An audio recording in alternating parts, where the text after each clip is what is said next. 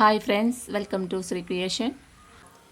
ഇന്ന് തയ്യാറാക്കാൻ പോകുന്നത് മധുരക്കിഴങ്ങ് കൊണ്ടുള്ള ഒരു ഇഷ്ടപ്പെട്ട വിഭവമാണ്. ഈവനിങ്ങിലൊക്കെ നമുക്ക് കഴിക്കാൻ പറ്റുന്നതാണ് കേട്ടോ. മധുരക്കിഴങ്ങ് വെളുത്ത മധുരക്കിഴങ്ങും ചുമന്ന മധുരക്കിഴങ്ങൊക്കെ ഉണ്ട്. പക്ഷെ ഞാനിവിടെ ചുമന്ന മധുരക്കിഴങ്ങാണ് എടുത്തിട്ടുള്ളത്. ഒരു 3 മധുരക്കിഴങ്ങ് ചുമപ്പ് എടുത്തിട്ടുണ്ട്. നമുക്കിനി ഇതിൻ്റെ തൊലിയൊക്കെ ഒന്ന് നീക്കം ചെയ്യാം. അതിനുശേഷം നമുക്ക് നന്നായിട്ടൊന്ന് വെള്ളം ഒഴിച്ചിട്ട് നന്നായിട്ട് കഴുകിയെടുക്കണം. പിന്നെ സൈഡിൽ എന്തെങ്കിലുമൊക്കെ പറ്റി പിടിച്ചിട്ടുള്ളതോ എന്തെങ്കിലുമൊക്കെ ഉണ്ടെങ്കിൽ പോവാനായിട്ടുണ്ട്. മൺതരികളൊക്കെ ഉണ്ടാവും. അപ്പോൾ അത് കഴുകി കളയണം നന്നായിട്ട്. ഇനി നമുക്ക് ഇതിൻ്റെ രണ്ടറ്റത്തുള്ള സൈഡൊക്കെ ഒന്ന് മുറിച്ച് കളയുക. അപ്പോൾ എന്തെങ്കിലും തരികളും പൊട്ടലും ഇതൊക്കെ കേടുള്ള ഇതൊക്കെ ഉണ്ടെങ്കിൽ നമ്മൾ ശ്രദ്ധിച്ച് നോക്കിയിട്ട് കളഞ്ഞതിന് ശേഷം പിന്നെ നമുക്കിതിന് ചെറിയ ചെറിയ കഷ്ണങ്ങളായിട്ട് നുറുക്കിയെടുക്കാം. 3 പീസുകളും ചെറിയ ചെറിയ കഷ്ണങ്ങളായിട്ട് നുറുക്കാം. ഈ മധുരക്കിഴങ്ങിന് നല്ല മധുരമാണ് കേട്ടോ. ഇനി ഇതെല്ലാം നമുക്ക് നുറുക്കി കഴിഞ്ഞതിന് ശേഷം ഒരു പാത്രത്തിലോട്ട് ഇട്ട് കൊടുക്കാം. ഇതിലോട്ട് ഒരു 1/2 ഗ്ലാസ് വെള്ളം ഒഴിച്ച് നമുക്ക് മൂടി വയ്ക്കാം. പിന്നെ ഇത് വേവിക്കാൻ വേണ്ടിയിട്ട് ഒരുപാട് വെള്ളത്തിൻ്റെ ഒന്നും ആവശ്യമില്ല. നമുക്ക് നമ്മുടെ കഷ്ണങ്ങൾ എടുക്കണമെങ്കിൽ എന്തോരം കഷ്ണം എടുത്തെന്ന് വെച്ച് കഴിഞ്ഞാൽ അതിൻ്റെ ഒരു 1/4 ഭാഗം മാത്രമേ നമുക്ക് ഒഴിച്ച് കൊടുക്കേണ്ടതായിട്ട് വരുന്നുള്ളൂ. അപ്പോൾ ഒന്നത് ചൂടായി കഴിഞ്ഞ് കഴിഞ്ഞാൽ ഒന്ന് മൂടി ഒന്ന് തുറന്ന് നോക്കാം.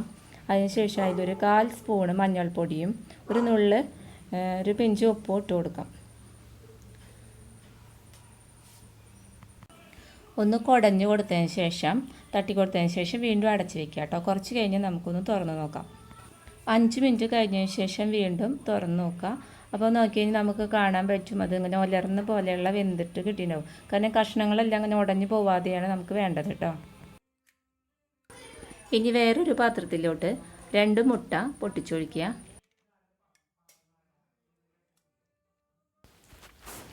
എരിവിനായിട്ട് നമ്മൾ പച്ചമുളക് ആഡ് ചെയ്ത് കൊടുക്കണം.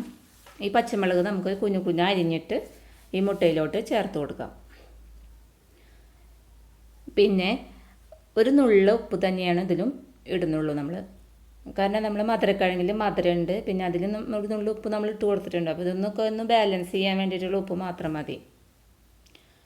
പച്ചമുളകൊക്കെ നമ്മൾ ഓരോന്നും അരിഞ്ഞെടുത്തതിന് ശേഷം അരിഞ്ഞതിലേക്ക് ഇട്ടതിന് ശേഷം നമുക്ക് സ്പൂൺ ഉപയോഗിച്ച് ഇത് നന്നായിട്ടൊന്ന് കലക്കിയെടുക്കാം. അപ്പോൾ നമുക്ക് ഈ മുട്ട പൊരിച്ചെടുക്കാൻ വേണ്ടിയിട്ടുള്ളതാണ്. അപ്പോൾ നമുക്ക് ഒരു പാത്രം ചീനച്ചട്ടിയോ അല്ലെങ്കിൽ എന്തെങ്കിലും നമുക്ക് ഫ്രൈ പാനോ ഒക്കെ വെക്കുക. അടുപ്പത്ത് വെച്ചിട്ട് അതിൽ വെളിച്ചെണ്ണ ഒഴിച്ച് കൊടുക്കുക. അതിലോട്ട് ഈ മുട്ട കലക്കി വെച്ചിരിക്കുന്ന മുട്ട നമുക്കതിലേക്ക് ചേർത്ത് കൊടുക്കാം.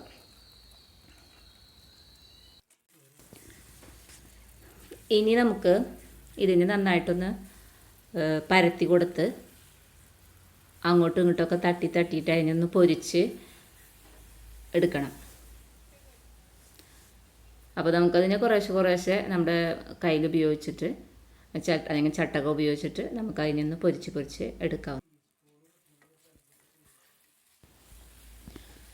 ചെറിയ പൊടി ആവുന്ന തരത്തിൽ വേണം നമുക്കിനെ പൊരിച്ചെടുക്കാനായിട്ട് കേട്ടോ.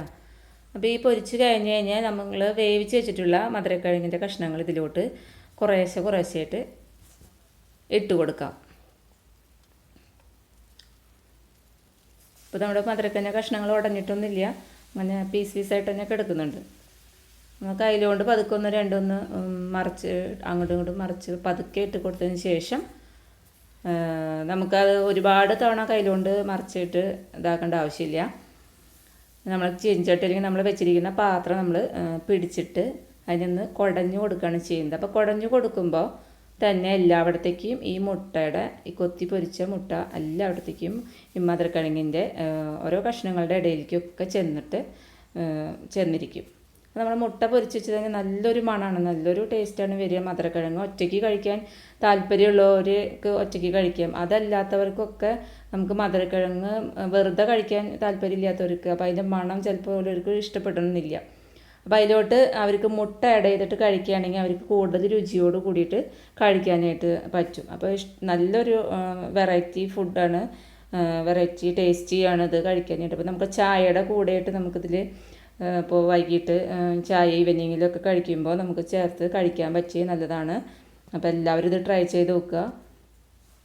അപ്പോൾ എല്ലാവരും ഇത് ലൈക്ക് ചെയ്യുക, സബ്സ്ക്രൈബ് ചെയ്യുക, ഷെയർ ചെയ്ത് കൊടുക്കുക. അപ്പോൾ okay, bye bye, see U.